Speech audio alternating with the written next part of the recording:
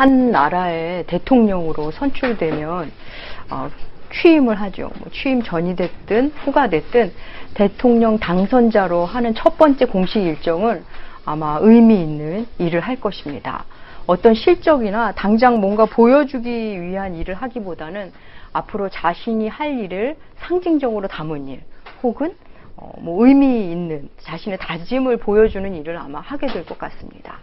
우리나라 경우 대통령 당선자들이 당선인의 자격으로 제일 먼저 하는 것이 무엇인지 아십니까? 예, 아시는 분이 있으시네요. 예. 순국 선열들을 합니다. 모두 국립현충원 방문이었습니다. 아마도 순국 선열들이 목숨을 걸고 지킨 우리 대한민국을 이어서 본인이 잘 지키겠노라는 다짐이 아닐까 싶습니다.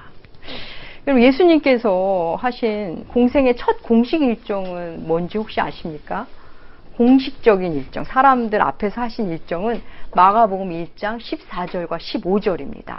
우리 주님이 하신 공식 일정, 마가복음 오늘 본문의 바로 윗부분이죠. 뭐 주보에도 실어놨습니다. 우리 함께 읽으시겠습니다. 요한이 잡힌 후 예수께서 갈릴리에 오셔서 하나님의 복음을 전파하여 이르시되 때가 찼고 하나님의 나라가 가까이 왔으니 회개하고 복음을 믿으라 하시더라. 예수님은 회개하고 복음을 믿으라라는 선포로 공식 사역을 시작하십니다. 그런데 예수님께서 공식 일정을 앞두고 두 가지 일을 하십니다. 하나는 세례 받으신 거고, 하나는 오늘 우리 배 집사님이 읽어주신 시험 받으심입니다. 죄 없으신 예수께서 죄인의 자리에 가셔서 죄인들이 받는 세례를 받으십니다. 세례 후에 성령이 비둘같이 임하며 하늘에서 음성이 들립니다. 너는 내 사랑하는 아들이요, 내가 너를 기뻐하노라. 음성이 들려옵니다. 메시아로서의 공식 일정을 앞두고 마치 하늘에서 응원하는 메시지 같습니다. 사랑을 듬뿍 주시는 그런 현장입니다. 그리고 나서 성령께서 예수님을 이끄십니다. 그런데 그 성령이 비둘같이 임하시는 아름다운 장면, 그 이후에 성령이 예수님을 어디로 이끄시냐면 광야로 이끄십니다. 공식 일정을 앞두고 휴식을 취하고 참모진을 구성하는 것이 아니라 광야로 데리고 가십니다. 거기서 시험을 치르게 하십니다. 주께서 공생애를 시작하기 앞서 행하신 이 두 가지는 세례와 시험 받으심은 굉장히 의미가 깊습니다. 예수님의 이 땅의 사역에 밑그림을 보여주는 그런 모습입니다. 주님은 우리를 죄에서 해방시키시고 우리가 새로운 존재가 되어 가야 할 길을 직접 보여주시고 제시하신 분이십니다. 예수님의 십자가가 개인의 십자가가 아니라 인류의 죄를 짊어진 십자가였고, 예수님의 죽음이 개인의 죽음이 아니라 죄인들의 죽음이셨듯이 주께서 받으신 시험 역시 우리 인류를 위한 시험이십니다. 오늘 본문은 성령이 예수를 광야로 몰아내셨다라고 시작합니다. 몰아가셨다. 조금 강제적인 느낌을 주는 단어입니다. 주님께서 성령 충만을 입으신 후에 시험을 받으시는데 시험의 주체는 사탄입니다. 그리고 시험 받는 장소는 광야입니다. 그리고 그곳으로 데려가시는 분은 성령님이십니다. 예수님은 지금 성령의 이끌림을 받고 계신데 성령께서 이끌어 가신 곳이 시험 받게 하기 위한 광야의 자리였습니다. 마치 하나님이 예수님을 사단에게 넘겨주는 것 같습니다. 꼭 치러야 하는 시험임에 분명합니다. 예수님은 여기서 세 가지 시험을 받습니다. 오늘 우리가 읽은 마가복음에는 시험의 내용을 구체적으로 다루진 않지만 마태복음과 누가복음에는 이 세 가지 내용을 다루고 있습니다. 돌을 떡으로 만들어라, 뛰어내려라, 절하라. 이 부분은 다음 주부터 이어서 우리가 나누도록 하겠습니다. 예수의 시험 받으심은 예수가 도대체 누구시며 그분의 행적이 무엇을 의미하는지를 우리에게 많이 압축하여 보여주고 있습니다.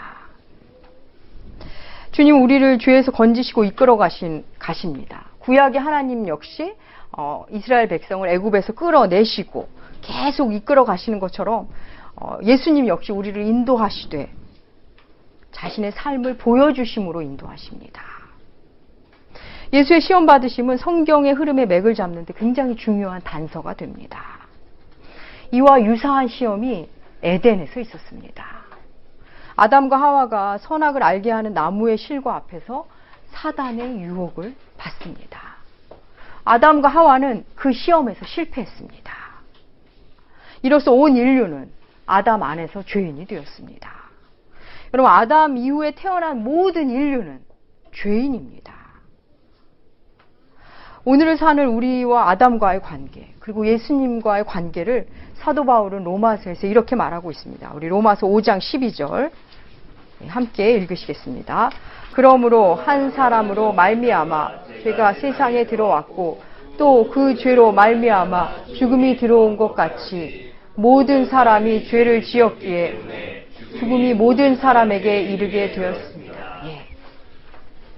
오늘 설교는 다소 교리적이라 여러분들이 조금 집중해서 잘 따라오셔야 될 것입니다. 첫 인류 아담이 시험에 실패함으로 우리 모두는 죄인이 되었습니다. 아담의 범죄 때문에 우리는 죄를 지어서 죄인이 아니라 죄인으로 태어나서 죄를 짓는 존재가 된 것입니다. 모두 죄인으로 태어났습니다. 이 땅에 태어난 사람은 어느 누구도 이 선악을 알게 하는 나무의 실과의 이 시험을 이길 수 없습니다. 하나님은 인류를 구원하시기 위해서는 이 시험을 이길 자가 필요하십니다. 인류를 구원할 자는 반드시 이 시험에서 이겨야만 합니다. 그래서 예수께서 이 시험을 이겨내십니다. 아담 한 사람으로 인해 죄인 된 것처럼 예수 그리스도 한 사람으로 인해 우리는 의롭다 칭함받습니다. 그 말씀이 로마서 5장 18절에 또 나와 있습니다. 로마서 5장 18절 함께 읽으시겠습니다. 그러니 한 사람의 범죄 행위 때문에 모든 사람이 유죄 판결을 받았는데 이제는 한 사람의 의로운 행위 때문에 모든 사람이 의롭다 생명을 얻게 되었습니다. 여러분 중에 처음 예수를 믿을 때 왜 아담의 죄가 왜 나에게까지 흘러? 아담의 죄를 졌는데 왜 내가 죄인이야? 억울해하신 분들도 있었을 것입니다. 그런데 마치 해독제처럼 예수의 십자가가 왜 우리 모두를 의롭게 하는 거지? 이 역시도 의아하실 것입니다. 이에 대해 성경은 아담 한 사람 때문에 죄인인 것 같이 예수 한 분으로 우리가 구원받음에 대해서 다시 한번 설명합니다. 로마서 5장 19절 읽으시겠습니다. 한 사람이 순종하지 않음으로 말미암아 많은 사람이 죄인으로 판정받았는데 이제는 한 사람이 순종함으로 말미암아 많은 사람이 예수께서 시험을 이기신 것은 인류의 대표로서의 승리입니다. 예수께서 이 시험을 이기셨기에 이제 메시아로서의 행보를 가실 수 있는 것입니다. 여러분, 하나님은 공의의 하나님이시기 때문에 아무렇게나 일을 진행하시지 않습니다. 예수님을 이 땅에 보내실 때도 그냥 아무렇게나 보내서 그냥 십자가만 지면 되지 이렇게 하시지 않으셨습니다. 이 땅에 오실 때 동정녀 탄생만 봐도 처녀의 몸에서 나신 것만 봐도 그렇습니다. 평범과 비범을 함께합니다. 자연스러움과 초월이 함께합니다. 여러분, 동정녀 탄생, 여인에게 나셨다는 것은 평범한 겁니다. 우리 모두 그렇게 왔기 때문에. 그런데 남성 없이 태어났다는 것은 이건 초월적인 일입니다. 주님은 하나님은 이런 식으로 우리에게 일을 보여주시고 나타내십니다. 여러분, 어떻게 2000년 전에 죽은 한 유대인의 남성이 그 남성의 죽음이 오늘을 사는 우리의 구원과 관련이 있을까요? 우리는 성경 속에 있는 그 거대한 흐름을 읽어야만 그 의미를 알게 됩니다. 그 중에 시험 당하심 역시 그리스도 사역을 이해하는데 주님의 십자가와 부활이 왜 우리와 연관되는지를 알게 하는데 스타트를 끊어줍니다. 예수 그리스도는 죄 없으시면서도 죄인들이 받는 세례를 친히 받으셨습니다. 그리고 죄인들은 도무지 이길 수 없는 시험을 주님이 이겨내셨습니다. 그리고 그의 생은 죽으심과 부활로 이어집니다. 그렇게 하신 이유를 고린도전서는 이렇게 말합니다. 고린도전서 15장 22절 함께 읽으시겠습니다. 아담 안에서 모든 사람이 죽은 것 같이 그리스도 안에서 모든 사람이 삶을 얻으리라. 예. 아담 안에 있던 우리가 예수 안으로 옮겨져서 새로운 영적 존재로 태어나게 하시기 위함입니다. 그럼 아담 안에 있다는 것, 그게 무엇인지 우리가 좀 알아야 됩니다. 여러분, 아담 안에 있다는 것은, 아담 안에 있는 자리는 선악을 알게 하는 나무의 열매를 먹은 자리입니다. 자신이 선과 악의 기준으로 사는 자리. 우리가 그 아담 안에 살았다는 것은 바로 그 자리에 살았음을 의미합니다. 그런데 예수 안에 옮겨졌다는 것은 이제 말씀이 기준이 되는 자리로 옮겨진 겁니다. 다시 설명을 이어서 하겠습니다. 그래서 메시아로서 첫 번째 하실 일이 바로 시험을 이기셔야 하는 일이었습니다. 대표자로서의 승리입니다. 아담의 자리는 선악을 알게 하는 나무의 실과를 먹은 그 자리입니다. 여러분, 아담과 하와는 뱀의 유혹에 넘어가 하나님에 대해서 오해합니다. 하나님이 참으로 동산 모든 나무의 실과를 먹지 말라 하시더냐? 라는 물음으로 시작해서 그걸 먹으면 너희 눈이 밝아져서 하나님처럼 돼. 하나님은 그래서 먹지 말라 한 거야. 하나님은 진짜 좋은 건 너희에게 주시지 않아. 진짜 좋은 건 이 나무의 열매야. 그 동산 나무 모든 열매보다 가장 좋은 게 이거야. 뱀의 그 거짓말에 속아 선악과를 범합니다. 그들은 하나님을 의심하며 선악과를 먹습니다.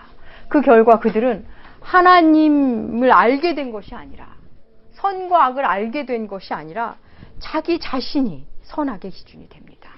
하나님처럼 된 것이 아니라 하나님 없이 살려는 존재, 하나님의 자리에 자신을 갖다 놓는 존재가 됩니다. 선악과를 먹은 자리, 그게 바로 아담 안에 있는 자리입니다. 그래서 선악의 기준이 모두 우리 개인들입니다. 자신들입니다. 자신은 언제나 옳습니다. 나와 다르면 다 악입니다. 그래서 사람들에게 다 나에게 맞춰라. 화내고 윽박지르고 짓누릅니다. 나의 선과 너의 선이 다르면 이제 싸움과 전쟁이 시작됩니다. 하나님 없이 갈등과 죄악이 그렇게 시작된 것입니다. 아담 안에 있다는 것은 바로 자신이 선악의 기준이 되는 자리입니다. 인류가 겪는 고통은 바로 이 아담의 실패로부터 시작됐습니다. 그 실패를 바꾸는 길은 누군가가 그 시험을 이겨내야 다시 시작할 수 있습니다. 그 시험을 이겨내실 분이 예수 그리스도 한 분밖에 없습니다. 예수께서 친히 그 시험을 이기심으로 메시아로서 당당히 그 길을 가기 시작하십니다. 그 시험을 이기시기에 앞서 죄인이 아니면서 죄인의 자리에 내려가 세례를 받으신 것입니다. 우리 모두 아담 안에 있었던 사람들입니다. 이제 예수와 함께 예수 안에 있는 자가 됩니다. 그런데 그것은 이렇게 말처럼 쉽지가 않습니다. 그래서 우리는 예수님을 믿지만, 예수님께 순종하려고 애를 쓰지만 어느 때는 아담 안에 있다가 어느 때는 예수 안에 있다가 한 발은 아담 안에 있고 한 발은 예수 안에 있고 우리 스스로가 정체성의 혼란을 겪습니다. 여전히 어떤 부분은 선의 기준이 납니다. 내 기준, 내 감정, 내 판단이 옳은 그 자리, 그게 바로 아담 안에 있는 자리입니다. 다시 말씀드리지만 예수 안에 있다는 것은 무슨 뜻입니까? 모든 것이 하나님의 말씀이 기준이 되는 자리입니다. 그래서 하나님의 말씀에 순종하는 자리가 바로 예수 안에 있는 자리입니다. 여러분, 예수 그리스도께서 시험받은 장소가 지금 어디입니까? 광야입니다. 예수님이 시험받으신 장소는 광야입니다. 광야는 사단이 예수님께 시험을 준 곳이고 또 오늘 본문에 보면 들짐승이 있는 곳입니다. 우리는 도시에 살고 있지만 그리스도인이라면 이 광야라는 단어는 매우 친숙한 단어입니다. 광야는 바로 우리의 현실입니다. 본문은 예수께서 광야에서 들짐승과 함께 지내셨다고 말합니다. 여러분, 들짐승과 함께 지낸다는 것이 무엇을 의미하는 걸까요? 육신을 가진 예수 그리스도께서 들짐승과 함께 지내신다는 것은 매우 힘겨운 동거였을 것입니다. 우리는 예수께서 이 시험을 승리하신 것을 예수님이니까 당연하지 라고 너무 쉽게 생각하곤 합니다. 하지만 다시 복음서를 찬찬히 읽어보면 이 광야는 마치 예수님이 사신 공생의 기간을 마치 광야 같은 삶이었음을 보여줍니다. 예수님은 수많은 적대 세력을 만나야 하셨습니다. 공생의 기간 내내 사단 혹은 짐승들과 대결을 하셔야 했습니다. 머리 둘 곳조차 없으셨고 악한 영과 맞서야 하셨고 종교의 이름으로 무장한 유대교의 거짓 체제와 맞서야 하셨습니다. 무지한 사람들의 헛된 기대에 희생당하셨습니다. 반역과 배신을 온몸으로 감당하셨습니다. 여러분 한번 생각해 보십시오. 이 정도라면 주님의 삶 자체가 광야 아닙니까? 사랑하는 여러분, 여러분의 삶은 어떠십니까? 여러분의 삶은 저 푸른 초원이십니까? 아니면 광야이십니까? 참으로 반갑지 않은 것은 주님은 우리 역시도 그 시험의 자리로 부르신다는 것입니다. 우리 역시 그 시험의 자리로 이 광야 같은 세상 속에서 부르십니다. 우리 요한일서 2장 16절 함께 읽으시겠습니다. 이는 세상에 있는 모든 것이 육신의 정욕과 안목의 정욕과 이생의 자랑이니 이때로 온 것 세상으로부터 온 것이라. 육신의 정욕, 안목의 정욕, 이생의 자랑. 보암직하고 먹음직하고 탐스러웠던 그 열매는 지금도 우리 삶에 찾아옵니다. 광야 같은 이 세상 속에서 너무나 예쁘고 빛나고 달콤한 모습으로 우리를 유혹합니다. 세상을 살면 살수록, 알아가면 알아갈수록, 만나면 만날수록 어쩌면 이렇게 많은 들짐승들이 우리를 기다리고 있는지. 광야 같은 세상은 정말 광야 그 자체라고 느껴질 때가 많습니다.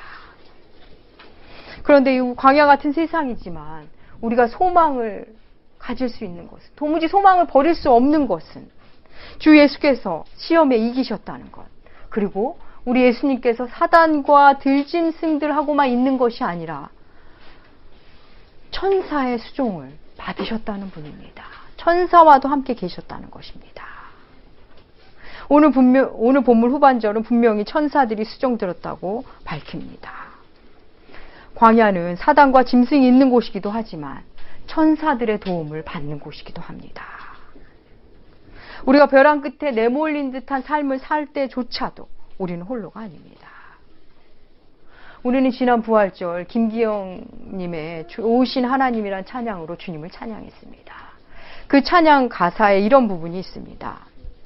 광야 같은 세상 주만 의지하여 주 인도하심 날 강건케 하네.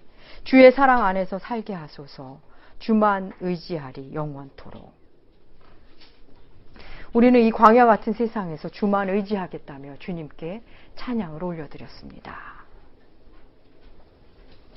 우리가 이 광야 같은 세상에서 주님을 의지할 수 있는 것은 우리의 시험을 주께서 다 아신다는 것입니다. 우리가 어떤 시험으로 힘겨워하시는지 주님께서 이미 다 경험하셨기에 다 아신다는 것입니다. 그래서 시험 받을 때 오히려 주님은 우리를 더 주목하십니다. 그분 역시 시험을 치르셨기 때문입니다. 이 부분에 대해서 히브리서 4장 15절은 이렇게 말합니다. 우리 히브리서 4장 15절 함께 읽으시겠습니다. 우리에게 있는 대제사장은 우리의 연약함을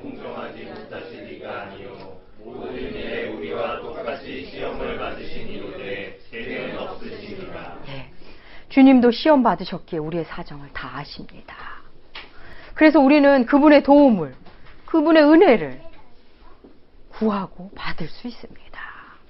히브리서는 이어서 말합니다. 히브리서 4장 16절 이어지는 본문 읽으시겠습니다.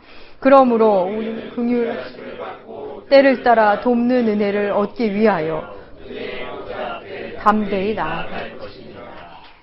광야 같은 세상이기에 우리는 주님 없이는 살 수 없습니다. 여러분 힘드실 때마다 은혜를 구하셔야 합니다. 담대히 그 보좌 앞에 나아가 은혜를 간구하기 바랍니다. 보이지 않아도 주의 사자들이 우리와 함께 있습니다. 주님의 천사들이 우리 곁에 있습니다. 현실이 사단과 짐승의 영역처럼 보여도 하나님의 도우심은 언제나 우리와 함께 있습니다. 여러분 다니엘서를 통해 우리는 천상의 싸움이 있음을 우리는 배웠습니다.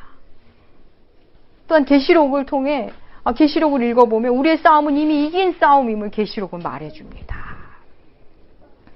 사랑하는 여러분, 봄은 언제나 찬란하고 아름다운 계절입니다. 이 땅은 정말 봄꽃들로 만발합니다. 하늘을 보면 조금 시선을 높이면 이렇게 아름다운 봄꽃들이 있는데 다시 땅을 보면 너무나 아픈 일들이 너무나 많습니다. 봄꽃을 보고 찾아다니며 웃는 사람들 그 미소 뒤에는 서글픔이 있고 참담함이 있고 어떤 이는 영적 죽음이 있습니다. 연일 보도되는 사탄적 기사들, 사람으로 존중받지 못하는 세상, 사람에 대한 존엄이 없는 세상, 여전히 아담 안에 살면서 예수 안에 살고 있다며 핏대를 높여 주장하는 교회도 있습니다. 광야임에 분명합니다. 그래서 주님은 우리 지난주 살펴본 대로 우리 자신을 위해 울고 너희 자녀를 위해 울라 계속 말씀하십니다. 사랑하는 나무교회 교우 여러분, 성령님은 지금도 우리를 광야로 내몰고 계십니다. 우리는 아담 안에 사는 것도 고통스럽고 또 예수 안에 사는 것도 힘이 듭니다. 그래서 아담 안에 살던 때로 돌아가고 싶을 때도 있습니다. 그래서 계속적인 후회와 번민으로 반복되는 실패로 갈등하고 고통스러워합니다. 하지만 그 고통의 시간을 지내면서 우리는 서서히 자리를 옮겨가게 됩니다. 예수가 승리한 그 자리, 예수 안으로 주님은 기어이 우리를 데려가십니다. 그래서 아담 안에 사는 것이 아니라 예수 안에 사는 자로 예수 안에서 다시 태어나게 하십니다. 우리가 주일날 이렇게 함께 예배드리고 사랑하는 교우들과 말씀을 나누고 기쁨으로 마음껏 웃고 힘을 받고 그리고 월요일이 되면 다시 삶의 자리, 광야에 혼자 던져진 것 같을 때가 참 많습니다. 하지만 여러분, 우리는 이미 주께서 이기신 싸움을 하고 있습니다. 지금은 비록 부족하지만 결국 이길 걸 알기 때문에 다시 일어섭니다. 여러분, 이긴 싸움이지만 우리가 일어서지 않으면 패배합니다. 일어서는 것은 우리의 몫입니다. 주님은 시험을 이기셨고 그리고 사망을 이기셨습니다. 예수 안에 있다는 것은, 예수 안에 있는 삶을 향한다는 것은 승리한다는 것입니다. 사랑하는 나무교회 교우 여러분, 우리가 이 땅의 삶을 다하는 날까지 오직 말씀을 붙잡고 이 광야 같은 세상이지만 사탄과 들짐승이 득실거리는 것 같아서 너무 힘겹지만 그래도 오직 말씀 붙잡고 예수 안에서 생명을 누리시는, 그래서 예수 안에서 기어이 새로운 피조물로 매일매일 새롭게 태어나시는 여러분들 되시길 축복합니다. 기도하겠습니다. 하나님 아버지, 시험을 이긴 예수 그리스도, 사망을 이기신 예수 그리스도, 그분 안에 살게 하여 주시옵소서. 아담 안에서 이제 예수 안으로 우리의 신분과 정체성이 날로 새로워지게 하여 주시옵소서. 시험 받으신 우리 주님이셨기에 우리가 시험 받을 때 함께 하시고 우리를 이끄신다는 거 잊지 말고 담대히 주님 앞에 나아가 은혜를 구하게 하여 주시옵소서. 감사드리며 존귀하신 예수님의 이름으로 기도합니다. 아멘.